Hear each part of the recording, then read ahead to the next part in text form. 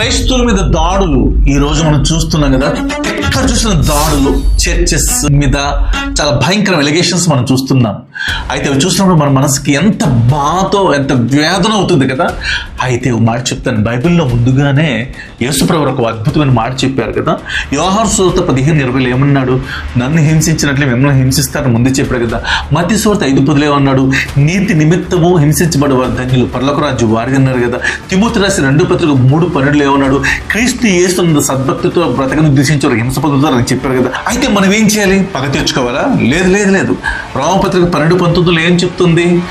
మీరు పగ తీర్చుకోవద్దు, ఉగ్రతకు చోటు ఇవ్వడు దేవుని ఉగ్రతకు, పగ తీర్చుకోవడం నా పని దేవుడు చెప్తున్నాడు. అంటే ఆయన చూసుకుంటాడు.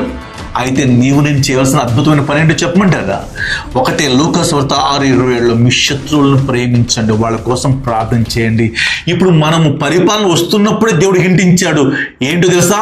మీకు హింసలు వస్తున్నాయి అని ఈ పరిపాలన వస్తున్నప్పుడే మనకు బాగా క్లియర్గా చెప్పేశాడు. వస్తున్నప్పుడు వాళ్ళని నిందించుకోవడం, ప్రార్థన చేద్దాం, తప్పకుండా కన్నీళ్లతో మనం నిలబడదాం.